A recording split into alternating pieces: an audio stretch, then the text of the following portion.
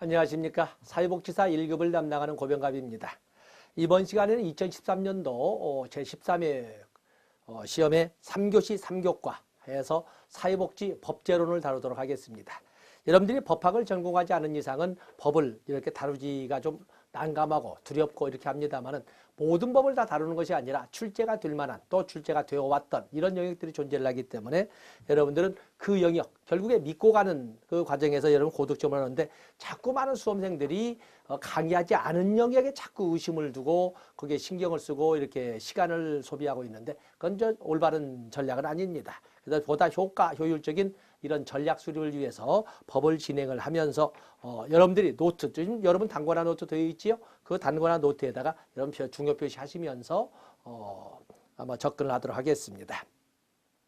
자, 51번에 보시면 사회복지법에 관한 설명으로 옳은 것은 자, 우리나라는 단일법은 없죠. 사회복지 관련법 이렇게 부르고 있습니다만 보겠습니다. 헌법에는 사회복지 관련 조항이 없다. 있죠. 헌법 제34조 제1항 모든 국민은 인간다운 생활할 권리를 가진다. 2항 보면은 국가는 사회복지, 사회보장 증진에 노력할 의무를 진다 등 헌법 제34조에 보면 인간다운 생활할 권리로부터 시작해서 사회권의 근거 조항이라는 지위를 받을 정도로 사회복지 관련 조항이 분명히 존재를 하고 있습니다.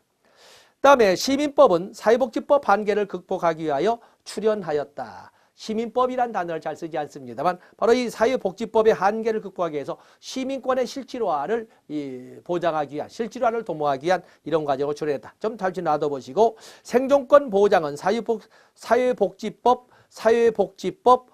이념, 사회복지법의 이념 중에 하나이다. 그렇죠. 생존권 보장은 사회복지법의 이념의 분명히 하나죠. 생존권 보장. 만약에 사회보장정책이나 사회복지정책을 수립할 때 반드시 빼놓아서는 결코 안 되는 세 가지를 우리가 사회복지정책의 원칙이라고 하는데 거기에는 평등과 공평과 생존권, 온라인 적절성이라고 부르고 있습니다. 이건 분명히 있습니다. 이건 맞는 거죠. 헌법에 의하여 체결 공포된 사회복지 관련 조약은 사회복지법 법원에 포함되지 않는다? 아니죠.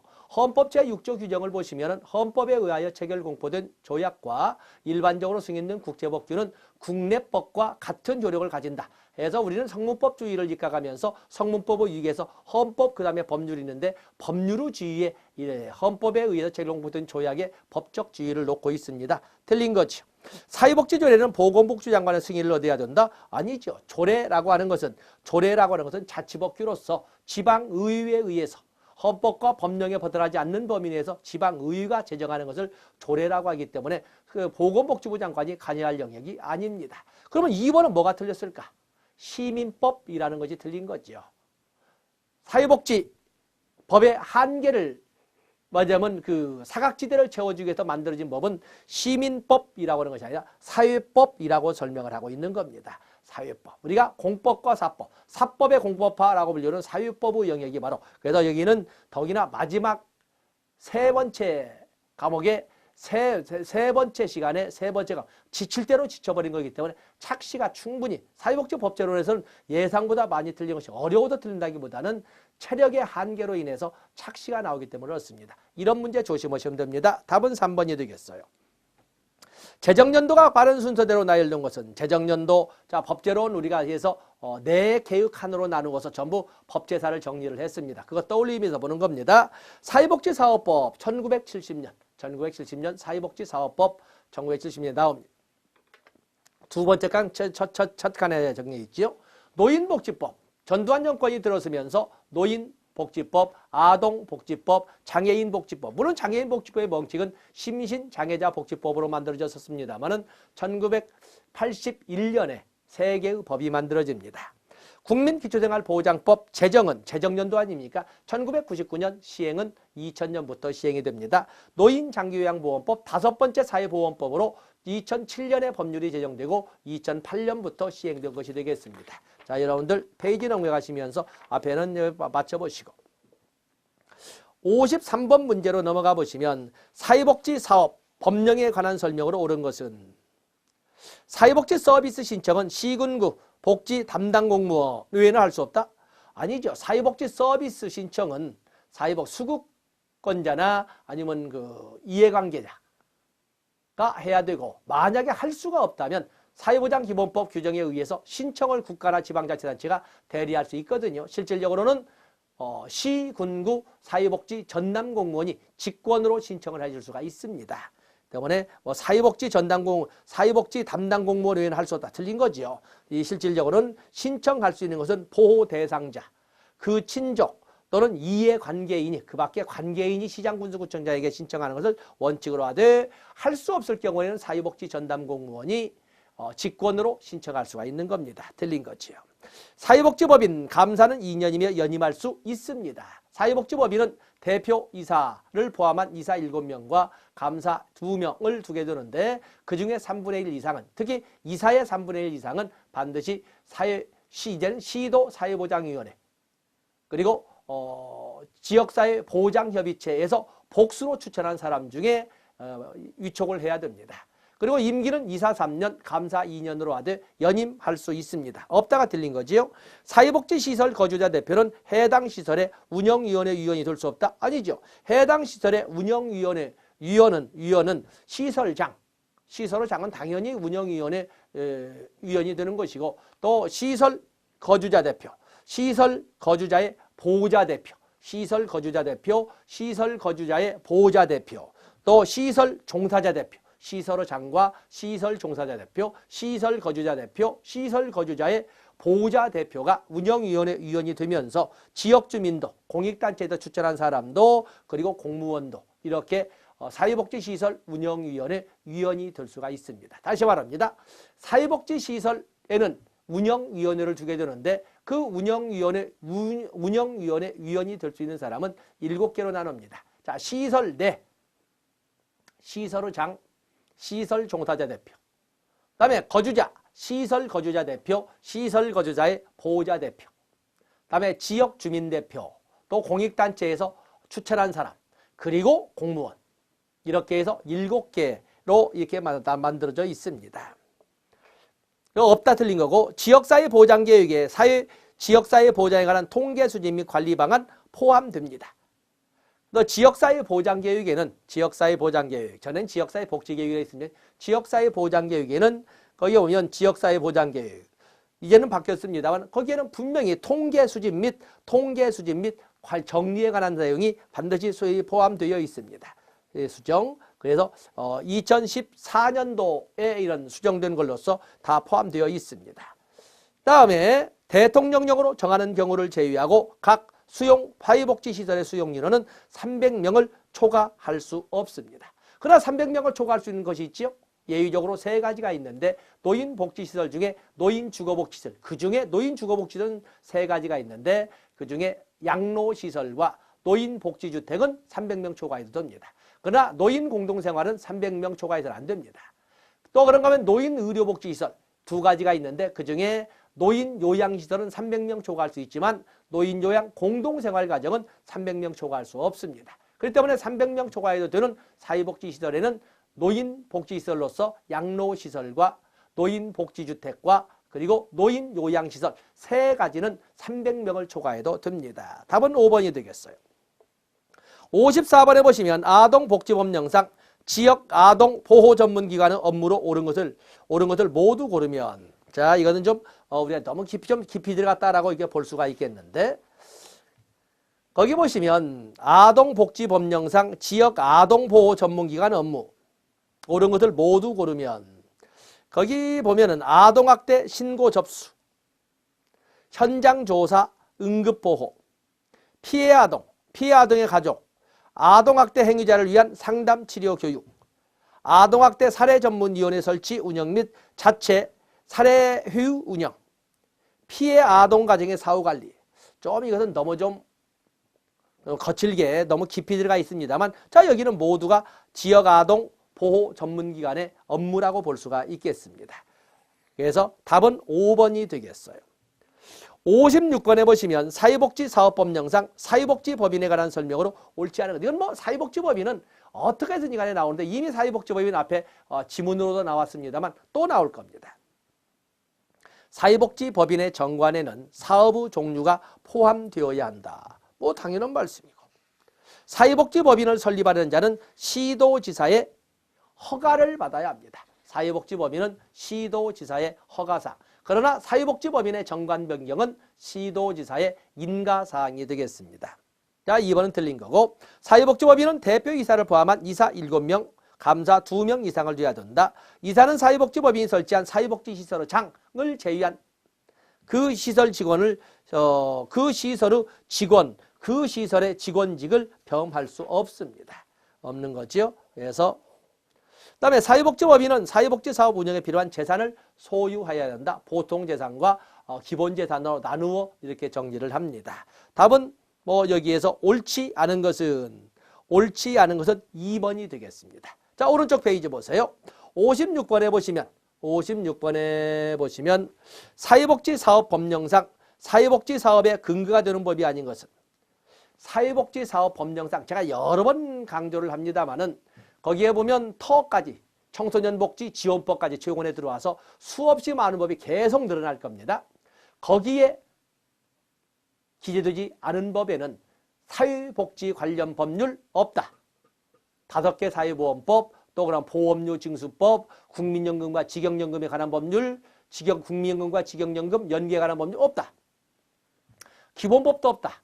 여성발전기본법, 건강가정기본법, 사회보장기본법, 청소년기본법 없다. 또 그런가 하면은 직영연금법 없습니다. 공무원연금법, 군인연금법, 사립학교 교직원연금법, 별정우체국 직원연금법 없다고 그랬습니다. 한번 적어볼까요?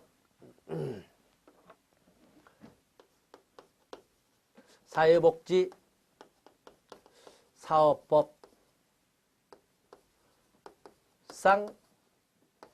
기재가 되어 있지 않은 법, 사회복지 사업 관련 법률이 아닌 것을 보면은 기본법, 사회보장기본법, 건강가정기본법, 여성발전기본법, 뭐 이런 등등, 또 청소년기본법은 없습니다. 사회보험 관련법 없습니다. 사회보험 관련법 없죠? 국민연금법, 건강보험법, 고용보험법, 산재보험법, 노인장기요양보험법. 또 고용보험과 산재보험에 관련된 보험료 징수법 역시 없죠. 또 국민연금과 직영연금 연계법 역시 없습니다.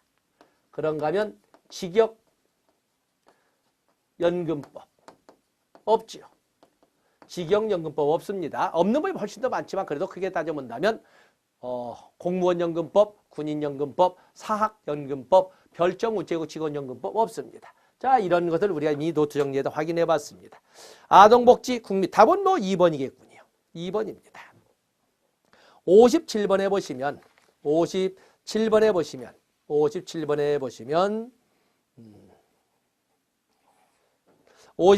장애인 복지법령상 장애인 복지 전문 인력에 속하지 않는 사람은, 자, 이번 시험은 좀 난이도를 높게 해서 깊이 들어갔군요.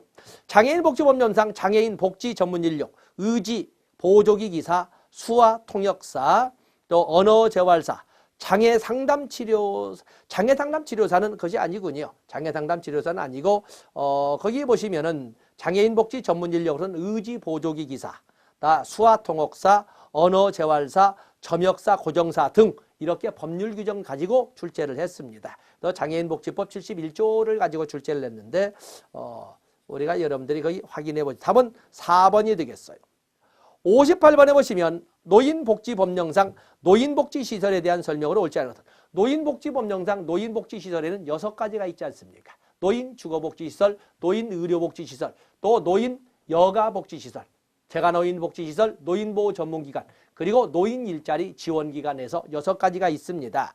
노인복지주택은 노인주거복지시설이죠. 노인교실, 경로당, 노인교실, 노인복지관은 노인여가복지시설. 노인학대, 신고 전화 운영은 지역 노인보호 전문기관의 업무이다. 지역 노인. 다음에 노인 공동생활가정은 노인 주거복지시설이죠. 아, 이거 틀렸군요. 노인 의료복지시설은 노인 요양 공동생활가정이 되겠어요. 다음에 방문 요양 서비스 제공을 목적으로 하는 시설은 방문 요양 서비스, 방문 목욕 서비스, 단기 보호 서비스, 주야간 보호 서비스, 기타 서비스 5개의 서비스를 제공하는 것은 제가 놓인 복지시설의 서비스가 되겠습니다. 답이 4번이 되겠습니다. 다음에 59번에 보시면 59번에 영유아 보육법 1991년에 제정된 영유아 보육법이 나와 있습니다. 영유아 보육법이 나와 있습니다. 영유아 보육법을 보면은 국공립 어린이집 이외의 어린이집을 설치 운영하는 자는 특별자치도지사, 시장, 군수구청장의 인가를 받아야 합니다. 사회복지사업법 규정에 의해서 사회복지시설은 국가나 지방자치단체가 설립 운영해야 됨이 원칙이지만 국가나 지방자치단체 유유자가 어린이집을 설치 운영하고자 할 적에는 특별자치도지사, 시장, 군수구청장에게 인가를 받아야 합니다. 어린이집이 그렇습니다. 그러나 본래 사회복지사업법에는 신고사항이었죠. 답은 1번이 되겠습니다. 다음에 페이지 넘어가십니다. 60번으로 가서 보시면 사회복지 조례에 관한 설명으로 옳은 것은 자, 사회복지 관련 조례는 어떤 조례라고 하는 건 자치법규로서 지방의회가 제정을 합니다. 사회복지조례는 국가에 대하여 법적 구속력을 가진다. 사회복지조례는 국가가 아니라 지방자치단체, 그 지방자치단체의 구속력을 갖습니다. 그다음에 위법한 사회복지조례에 대해서는 취소소송으로 다룰 수 있는 것이 원칙이다. 위법한 사회복지조례에 대해서는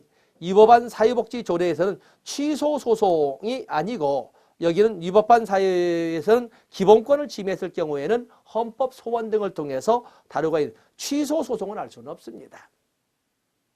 사회복지조례는 주민의 조례 제정, 개폐 청구권의 대상이 될 수 없다? 아니죠. 우리는 간접 민주정치를 원칙으로 하지만 직접 민주정치의 본질을 최대한 가깝게 하기 위해서 직접 민주제정 요소를 가미합니다. 국민투표, 국민소환, 국민 발안을 받아들이고 있는데 물론 국민투표는 전국적 헌법 개정이나 국가 중대사에 관한 이런 거에 대해서 국민투표합니다. 그러나 국민 소환과 국민 발안은 원칙은 존재하지만 국가 수준에 없고 지방자치단체 수준에만 있습니다. 그래서 주민의 조례 제정, 조례 개폐 청구권은 지방자치법에 규정이 되어 있습니다. 그리고 주민 발안도 이렇게 인정되는 것처럼 주민 소환도, 국민 소환으로 대통령 소환이나 또는 국회의원 소환은 안 되지만 시도지사나 또는 교육감 또는 시도의원, 시군구 의원에 대한 소환은 있습니다. 그렇게 해서 이건 3번은 틀린 거죠. 사회복지사무 집행을 위해 지방자치단체의 장이 제정하는 규칙은 사회복지조례와 동등한 요를 갖는다? 아니죠. 성문법의 위계라고 하는 것은 성문법의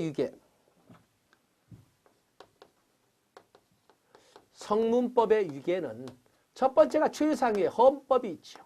헌법. 그다음에 두 번째 법률이 있고 법률과 더불어 인정되는 헌법에 의해서 체결 공포된 조약과 국제적으로 인정된 국제법규.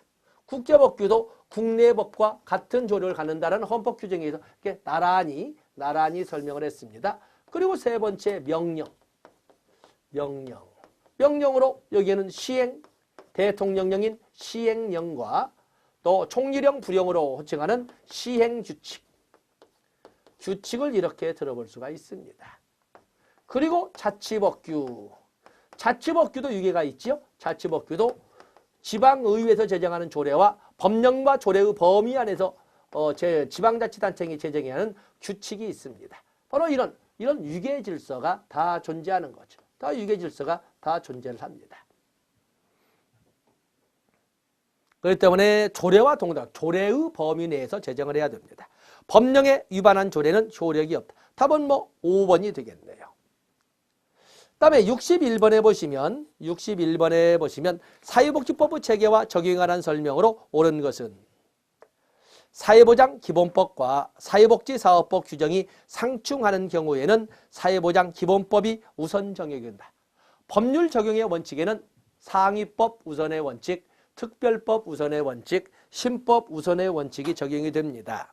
그 때문에 사회보장기본법이 최상위법으로 그 밑에 사회보험 관련법, 공공부조 관련법, 그리고 사회서비스 관련된 법이 있는데 사회서비스의 기본법으로 사회복지사업법이 있지 않습니까? 때문에 우선적으로는 사회보장기본법이 적용이 됩니다. 그래서 우리는 사회보장기본법이 아니라 사회보장기본법과 사회복지사업법 규정이 상충되는 경우에는 이럴 경우에는 특별법 우선의 원칙에 따라서 사회복지사업법이 우선 적용됩니다. 특별법 우선의 원칙. 자, 잠시 실수했군요. 다음에 사회서비스 영역의 법제는 실체법적 규정만 두고 있고 절차법적 규정은 두고 있지 않다. 사회서비스 영역의 법제에 절차법이 없다? 모두 담고 있죠. 실체법적 내용도 절차법적 내용도 다 담고 있습니다. 그다음에 국민연금법은 사회보험 영역의 법이지요.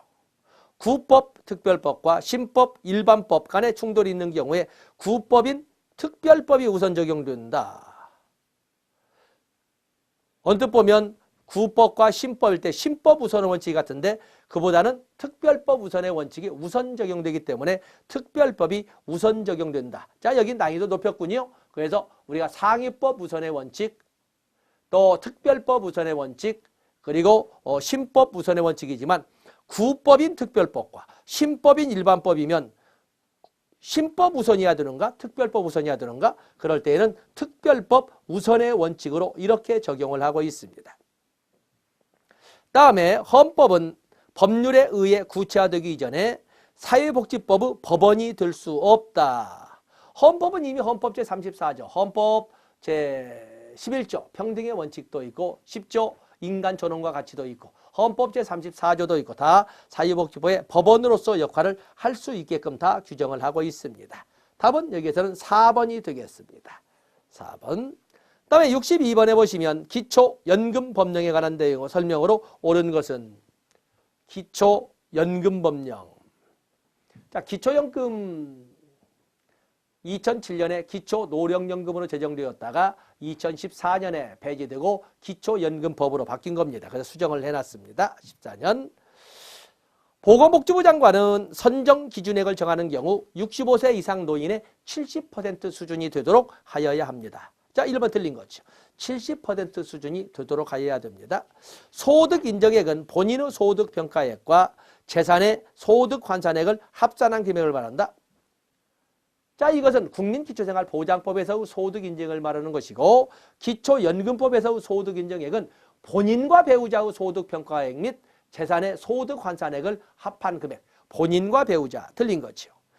3번에 본인과 배우자가 모두 기초연금 수급권자인 경우에는 기초연금액의 20%를 감액하여 지급합니다. 이것도 역시 장난친 문제군요. 마지막 과목에 지칠 대로 지쳐버린 사람에게 80%만 지급합니다. 100분의 20을 감액하여 지급을 합니다. 감액하여. 틀린 거죠. 기초연금 수급권자는 국유로 이주할 때 수급권을 상실한다. 그렇습니다. 기초연금 수급권자는 국유로 이주하게 되면 다음에 기초연금 지급에 드는 비용은 전부 시도와 시군구가 나눠 부담한다. 기초연금에 관한 것은 국가에서 기초연금에 소요되는 비용은 국가에서 40에서 90%를 분담하고 나머지를 가지고 시도와 시군구가 분담을 합니다. 틀린 거지요? 답은 4번이 되겠어요. 자, 오른쪽 페이지 보십니다. 의료급여법령에 관한 설명으로 옳지 않은 것은 의료급여법은 1977년에 의료보호법으로 제정됐던 것을 2000년에 국민기초생활보장법이 만들어지면서 2001년에 의료보호법에서 의료급여법으로 이렇게 바뀌게 된 겁니다. 국민기초생활보장법에 따른 수급자는 의료급여 수급권자이다. 의료급여 수급권자이다. 그렇습니다. 국민기초생활보장법상의 수급자는 의료급여의 수급권자이다. 수급권자가 다른 법령에 따라 의료급여를 받고 있는 경우에는 의료급여보다는 의료급여를 하지 아니한다. 그렇습니다. 관할 시장군수구청장은 수급권자가 되려는 자의 인정신청이 없더라도 직권으로 수급권자를 정할 수 있다. 직권으로 수급권자를 정할 수 있다. 관할 시장군수구청장은 그러다 보면은 수급권자에게 인정 신청을 해야 되는데, 자, 그럼 놔둬보겠습니다. 지역보건법에 따라 설치된 보건지소는 1차 의료급여기관이다. 자, 우리가 의료급여기관은 1차, 2차, 3차가 나와 있는데 1차, 2차, 3차가 있습니다. 1차는 시장군수구청장에게 개설신고를 한 의료기관, 약국, 한국희귀의약품센터, 보건소, 보건지소, 보건진료소 등이 있습니다. 보건진료소 등이 있습니다.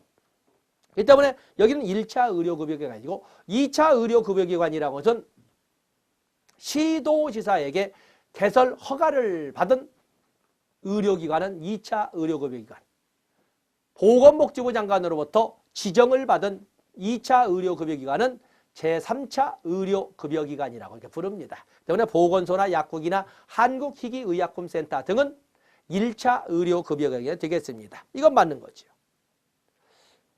1차 의료급여기관이 된다. 다음에 거기 보면은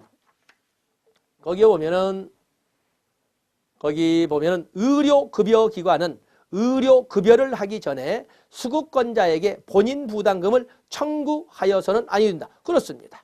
청구하여서는 아니 됩니다. 다 맞는 거죠. 자, 옳지 않은 것은 국민기초생활보장법에 따른 수급자는 의료급여 수급권자이다.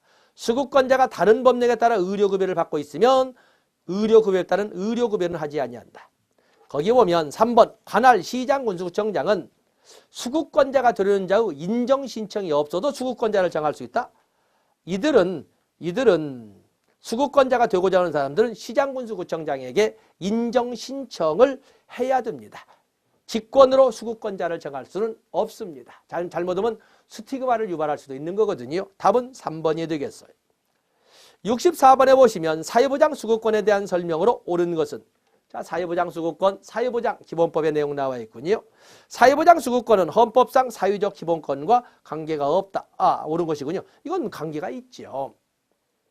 사회보장 기본법은 사회보장 수급권을 명시적으로 규정하고 있다. 모든 국민은 사회보장 수급권을 가진다라고 명시하고 있습니다. 이건 맞는 거군요. 사회보장 수급권이 행정청의 위법한 처분에 의하여 침해된 경우에는 민사소송을 통하여, 아니죠, 행정심판법이나 행정소송법에 의한 행정심판, 행정소송, 다시 말해서 행정쟁송을 통하여 권리구제를 받을 수가 있습니다. 민사소송이 아니라 행정소송이나 행정쟁송이 되겠습니다. 국민연금법상 급여를 받을 권리는 재산권이므로 담보로 제공할 수 있다? 아니죠. 국민연금법상의 수급권은 압류금지, 양도금지, 담보 제공 금지가 되겠습니다.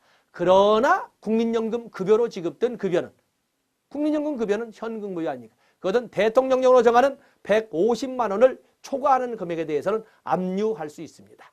급여에 대해서는 현금이기 때문에, 그러나 권리는 손댈 수 없습니다. 틀린 거죠. 수급권자는 사회보장 수급권을 포기할 수 있습니다. 그러나 그 포기를 취소할 수가 있습니다. 이거 틀린 거지요. 옳은 것은 2번이 되겠어요. 다음에 65번에 보시면 국민기초생활보장법령에 관한 설명으로 옳지 않은 것은, 수급권자를 부양할 책임이 있는 부양의무자에는 수급권자의 손자는 포함되지 않지요. 국민기초생활보장법상의 부양의무자는 부양의무가 있는 직계, 일촌의 직계혈족 및 그 배우자를 말하되 그 일촌의 직계혈족이 사망한 경우에는 그 배우자는 제외됩니다. 1촌입니다. 그 손자는 2촌이죠. 틀린 거고. 수급권자의 친족도 수급권자에 대한 급여를 신청할 수 있다. 수급권자에 대한 급여를 신청할 수 있습니다. 그러면 맞아요. 수급권자의 친족도, 수급권자의 가족 뭐 쭉 나와 있는데, 자, 이건 놔두시고. 다음에 보장기관은 급여를 개인 단위로, 이건 틀린 거군요. 급여는 공공부조의 원칙처럼 세대 단위의 원칙입니다. 당연히 국민기초생활보장도 급여를 개별 가구 단위로 신청하도록, 개별 가구 단위로 시행하도록 되어 있습니다. 공공부조는 세대 단위의 원칙이라고 여러 번 말씀드렸습니다. 틀린 거죠. 부양의무자 부양은 국민기초생활보장법에 따른 급여에 우선하여 행해진다? 그렇습니다. 부양의무자의 부양 또는 다른 법률에 의한 급여 제공은 국민기초생활보장법상 급여에 우선해서 제공이 됩니다.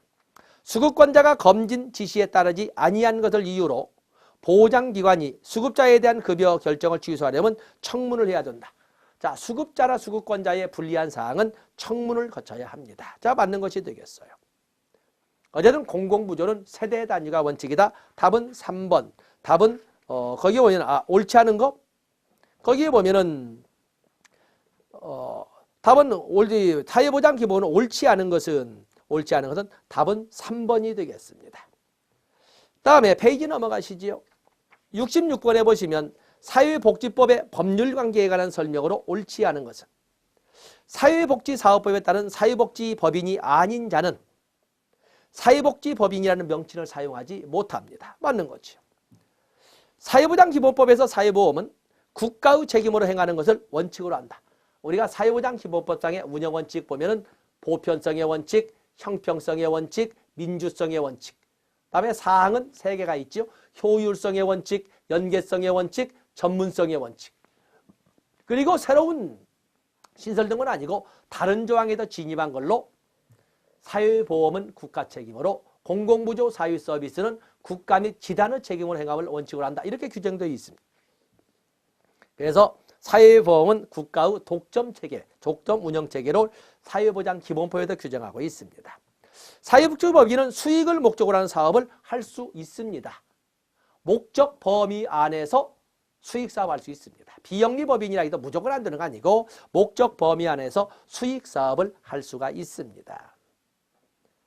다음에 의료급여법상 주거가 일정하지 아니한 수급권자에 대한 의료급여 업무는 그가 실제 거주하는 지역을 관할하는 시장군수구청장이 하나 줬습니다. 국민건강보험법상 국내에 거주하지 않는 제2국민도 가입자. 이거 말이 안 되죠. 국민건강보험법상의 대상은 누구다? 국내에 거주하는 국민으로 되어 있습니다. 국내에 아무리 국민이라 국내에 거주하는 국민입니다. 답은 5번이 되겠어요.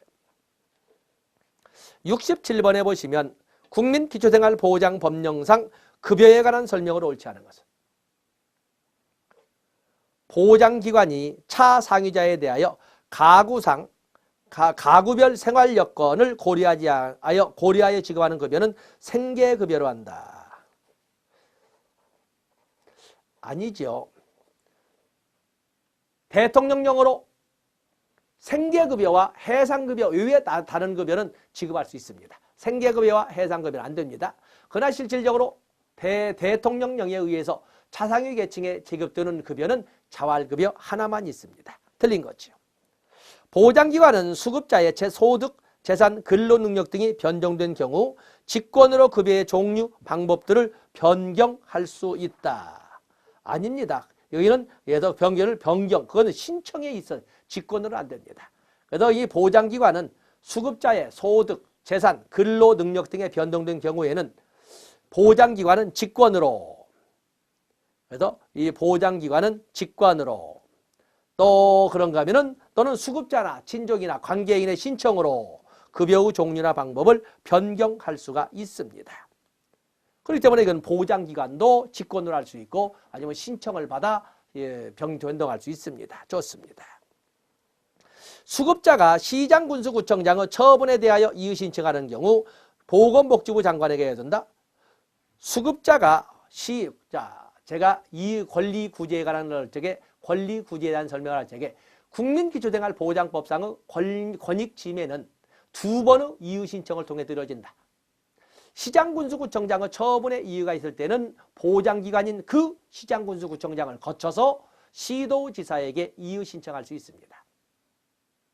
만약에 시도지사의 처분에 이의가 있을 때는 그 보장기관인 시도지사를 거쳐서 보건복지부 장관에게 이의 신청할 수 있습니다. 이렇게 2번에 거친 이의 신청을 통해서 권리구제를 받을 수 있다고 말씀을 드렸습니다. 때문에 시장군수구청장의 처분에 이의가 있을 때에는 시도지사에게 해야 됩니다. 이건 틀린 거죠. 지방자치단체가 국민기초생활보장법상 급여 수준을 초과하여 급여를 실시하는 경우 그 초과 보장 비용의 100분의 40은 국가가 부담한다. 자, 놔둬보시고 생계급여를 타인의 가정에 위탁하여 실시하는 것은 허용되지 않는다? 아니죠. 아닙니다. 거기 오면 4번에 부담을 보면은 초과되는 거에 대해서는 초과되는 것은 100분의 40 초과 보장 비용 급여를 실시하는 경우 초과 보장 비용의 40이 아니라 40%에서 90%를 국가가 나머지를 시도와 시군구가 이렇게 합니다. 또 생계급여 당연히 주거 지급을 원칙으로 하지만 주거지급은 타인의 가정에 위탁하여 실시하는 것도 허용이 됩니다. 그래서 위탁받은 사람에게 이를 지급할 수가 있습니다. 그래서 여기 옳은 것은 답은 2번이 되겠습니다. 그다음에 68번에 보면 권리구제에 대한 설명으로 옳은 것을 모두 고르면 자 권리구제를 좀 더 상세하게 설명을 했는데 사회보장의 권리구제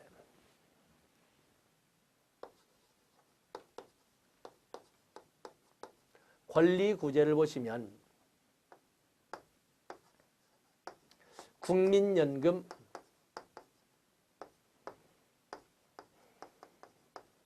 고용보험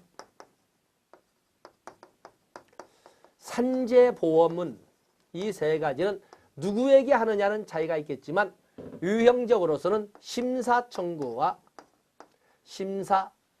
유형적으로는 심사청구와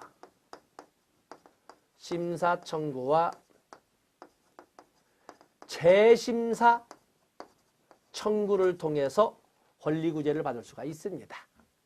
국민연금에 관련된 처분의 이유가 있거나 징수에 관련된 국민건강보험공단의 처분의 이유가 있을 때는 국민연금공단이나 국민건강보험공단의 이의신청, 심사청구하고 만약에 그 심사청구에 대한 결정에도 불복할 경우에는 국민연금 재심사위원회에 재심사를 청구할 수가 있습니다. 다음에 또 그러면 건강보험과 노인장기요양보험은 거의 비슷한데 여기는 이의신청 건강보험공단이나 심사평가원에 이의신청하고 건강보험은 거기에 불붙은 심판청구를 하고 그런데 이것이 노인장기요양보험은 심판청구가 아니라 심사청구 여기 심판청구는 건강보험, 심사청구는 노인장기요양보험 아니면 행정소송으로 이렇게 해야 됩니다. 이 차례 말씀드렸죠. 이의신청한 다음에 심판청구하고 그리고 행정소송할 수도 있고 아예 처음부터 행정소송을 할 수도 있고 아니면 이의신청하다가 불복해서 심판청구 거치지 않고 행정소송을 할 수도 있고 자 이런 것들 말씀을 드렸습니다. 그 다음에 국민기초생활보장제도에서는 여기는 이의신청 이렇게 더블 이의신청을 통해서 권리구제를 받을 수가 있다라고 이렇게 설명을 했습니다. 자 거기 보시면 국민기초생활 68번의 가번입니다.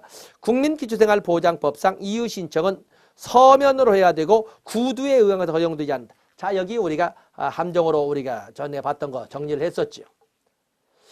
서면뿐만 아니라 국민기초생활보장법상의 이의신청은 서면 또는 구두로 이의신청할 수 있습니다. 서면 또는 구두로 이의신청할 수 있습니다. 물론 구두로 이의신청할 경우에는 이를 보완할 수 있는 이의신청서를 작성할 수 있도록 도와주긴 하겠지만 자 우리가 보면 가가 틀리면 다도 다 틀리죠. 기억이 틀리면 디귿번 무조건 틀린다고 그래요. 한번 디귿번 보겠어요? 다. 사회보장기본법은 행정소송을 제기하기 위해서는 행정심판을 먼저 거쳐야 한다는 행정심판 전치주의를 규정하고 있다. 행정심판, 옛날에는 행정소송을 하려면 반드시 행정심판을 거쳐야 되는 행정심판 전치주의가 있었어요. 그러나 지금은 없어졌어요. 행정심판은 임의 절차일 뿐이에요. 그래서 아무것도 하지 않고 바로 행정소송 갈 수도 있어요. 그렇기 때문에 가가 틀리면 다가 틀려. 기억이 틀리면 디귿은 무조건 틀린다 하겠지요. 그래서 다가 들어가면 다 틀린 거지. 가다. 뭐 답은 3번과 4번이 되겠네요. 4번 보면은 국민연금법상 국민연금 재심사위원회 재심사에 불복하려는 자는 행정심판법상 행정심판을 제기할 수 있다. 행정심판을 제기할 수 있다.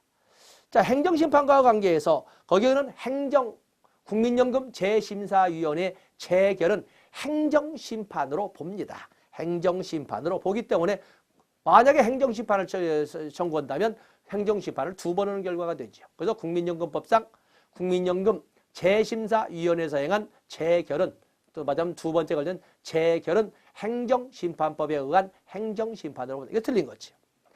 다음에 라 국민건강보험법상 보험급여에 관한 국민건강보험공단의 처분의 이의가 있는 자는 당연히 공단의 이의 신청을 할 수가 있다. 좋습니다. 뭐 답은 4번이 되겠어요.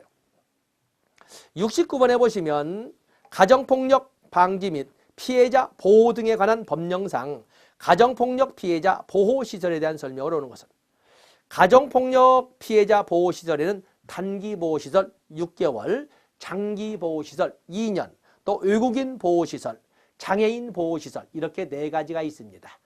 단기보호시설, 2년의 단기보호시설, 또 외국인 보호시설, 그리고 장애인 보호시설이 있습니다. 단기보호시설은 6개월 범위 내에서 보호하는 시설을 말합니다. 틀린 거죠. 보호시설에는 상담원, 생활지도원, 취사원, 관리인을 둬야 된다. 그 보호시설 놔둬보시고 우리가 보면 사회복지사업법상에 모든 사회복지법인이나 사회복지시설에는 사회복지사를 종사자로 채용하여야 합니다. 그러나 채용하지 않아도 되는 것이 있습니다. 채용하지 않아도 되는 것이 있어서 거기에 보면은 사용하지 않는 거에는 노인 여가복지진흥회 경로당이나 노인교실, 사회복지사 없어도 됩니다. 장애인 복지법에 의한 점자 도서관이나 음성출판 시설 같은 없어도 됩니다. 어린이집 사회복지사 없어도 됩니다. 성매매 피해자 상담소나 가정폭력 피해자 상담소 없어도 됩니다. 정신질환자 사회복지시설이나 정신요양시설 없어도 됩니다. 자, 이렇게 우리가 사회복지사업법에서 암기하는 것처럼 여기는 드물지만 보호시설에는 뭘 둬야 되는가? 보호시설에는 상담원은 주어야 합니다. 그러나 생활지도원이나 취사원이나 관리인은 두어야 한다가 아니라 둘 수 있다. 재량행위로 되어 있습니다. 그래서 가정폭력 피해자 보호시설에 상담원은 반드시 두어야 하지만 다른 종사자들은 둘 수 있는 재량행위의 범위가 되겠습니다. 틀린 거 함정을 받습니다. 국가나 지방자치단체는 보호시설을 설치 운영하여야 한다. 그렇죠? 국가나 지방자치단체는 보호시설을 설치 운영해야 된다. 사회복지시설, 가정폭력 피해자 보호시설은 국가나 지방자치단체가 설치할 수 있다라고 되어 있습니다. 가정폭력 피해자 보호시설은 기속행위가 아니라 재량행위입니다. 그래서 설치 국가나 지단이 가정폭력 피해자 이것을 설치 운영할 수 있다. 전부 재량행위, 아주 좀 까칠한 사람이 출제한 이런 겁니다. 별로 도덕적으로는 좀 너무 기속행위와 재량행위를 이렇게까지 파버리면 마치 법률 전문가가 지금 하는 거거든요. 이건 좀 과한 문제다 이렇게 보겠습니다만 어쨌든 가정폭력 피해자 보호시설은 국가나 지단이 설치할 수 있다. 보호시설의장은 입소자가 거짓이나 그 밖에 부정한 방법으로 입사한 경우에는 퇴소를 명하여야 한다. 이것도 명할 수 있다. 보호시설의장은 가정폭력 피해자에 대한 숙식 제공 등 보호시설의 업무로 인한 비용의 전부나 일부를 가정폭력 행위자로부터 구상할 수 있다. 아주 규모이지만 이 조항이 있습니다. 답은 5번이 되겠어요. 그래서 69번은 가정폭력 피해에 관한 그 문제가 곧잘 나오는데 너무 까칠하게 출제한 문제가 되겠습니다. 70번에 보시면 고용보험법령상 취업촉진수당의 종류로 옳은 것들 모두 고르면 자, 실업급여에는 구직급여와 취업촉진수당이 있는데 취업촉진수당에는 4가지가 있다. 조기 재취업수당, 직업능력개발수당, 광역구직활동비, 이주비 이렇게 4가지가 있습니다. 광역구직활동비, 답은 구직급여는 별도의 것이고 직업능력개발, 가나다, 답은 1번이 되겠어요. 자, 넘어가십니다. 71번에 보시면 국민건강보험법령상 건강보험 가입자가 자격을 상실하는 날로 옳은 것은 자, 국민건강보험법상 가입 대상, 적용 대상은 누구예요? 국내에 거주하는 국민이 되겠어요. 그렇기 때문에 국내에 거주하는 국민, 국외로 이주하면 그 다음 날로부터 상실합니다. 국외로 이주하면. 그 다음에 사망하면 사망한 다음 날로 상실됩니다. 국적을 이탈하면 국적을 이탈한 날 다음 날로부터 건강보험 가입 대상에서 제외가 됩니다. 국적을 잃은 날 다음 날, 사망한 날 다음 날, 또 거주하지 않게 된 날 다음 날. 71번은 3번이겠군요. 그에 비해서 의료급여를 받게 된다는 그날부터 의료급여 수급권자가 되면서 그날부로 건강보험 가입자 제기 대상은 사라지게 되고, 직장가입자가 피부양자가 된 날 건강보험 바로 그날 자격을 상실하게 됩니다. 두 개의 자격을 갖게 되잖아요. 답은 3번이 되겠어요. 어쨌든 국내에 거주하는 국민, 그걸 엎어쳤을 때는 그 다음 날로부터. 72번에 보시면 국민연금 법령에 관한 설명으로 옳지 않은 것은 부담금, 국민연금 보험료는 사업장 가입자는 노사 균등분담을 하게 되는데 근로자가 내는 것은 기여금이라 하고 사용자가 내는 것은 부담금이라고 합니다. 자, 여기는 사업장 가입자가 내는 부담하는 금액은 기여금이라고 합니다. 답은 1번이군요. 답은 1번이 되겠어요. 다음에 가입자는 사업장 가입자, 지역 가입자, 의무 가입자, 의무 계속 가입자로 구분한다. 그렇죠? 의무 계속 가입자로 구분을 합니다. 가입자의 가입 종류가 변동되면 그 가입자의 가입 기간은 각 종류별 가입 기간을 합산하는 기간으로 한다. 국민연금공단은 법인으로 한다. 연금액은 기본연금액, 부양가정연금을 기초로. 다 법률 용어 나와 있군요. 답은 1번이 되겠어요. 이건 기여금이라 하고 부담금은 사용자가 부담하는 금액을 말합니다. 73번에 보시면 노인장기요양보험령상 이의신청 등에 관하여 설명으로 옳은 것은 노인장기요양보험령에는 공단의 처분의 이유가 있을 때에는 당연히 이의신청할 수 있고 이의신청에 대한 결정에 대해서 불복을 할 적에는 심사청구를 할 수가 있습니다. 만약에 심사청구의 결과에 대해서 불복을 하는 경우에는 행정소송을 할 수가 있습니다. 아니면 아예 처음부터 행정소송으로 갈 수도 있습니다.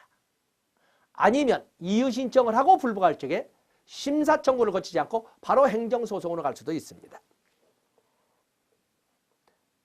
국민건강보험공단에 장기요양 인정처분의 이의가 있는 자는 처분이 있던 날로부터 60일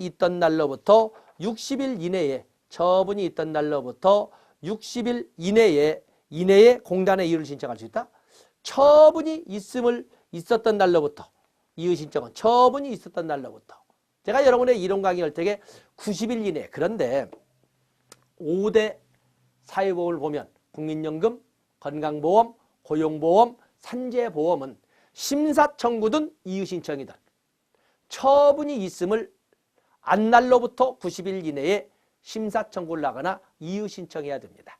처분이 있음을 안날로부터 90일 이내. 그런데 노인장기요양보험은 처분이 있던 날로부터 90일 이내. 그래서 구별이 돼야 된다고 그랬죠. 구별이 돼야 됩니다. 5대 사회보험에서 1차 권리구제의 절차인 심사청구나 건강보험은 이의신청이죠. 는 처분이 있음을 안날로부터 90일 이내. 그런데 노인장기요양보험은 처분이 있던 날로부터 90일 이내. 이거 틀린 것이 되겠죠. 이의신청은 구두, 문서 또는 전자메일로 할 수 있다. 이의신청은 90일 이내에 문서로 하여야 합니다. 문서로 하여야 한다. 건강보험공단은 장기요양심판위원회를 구성하여 이의신청 사건을 심의하게 해야 된다. 이의신청 사건, 건강보험공단 어떤 이의신청, 장기요양위원회가 되겠죠. 장기요양위원회. 다음에 이의신청에 대한 결정에 불복하는 자는 결정 처분을 받은 날로부터 90일 이내에 장기요양 심사위원회 심사청구를 할 수 있다. 90일 이내가 아니라 여기는 90일 이내에, 그래서 결정 처분을 받은 날로부터 90일 이내에 이의신청에 대한 결정에 불복하는 자는 결정 처분을 받은 날로부터 90일 이내에 장기요양심사위원회가 아니라 살짝 함정나죠.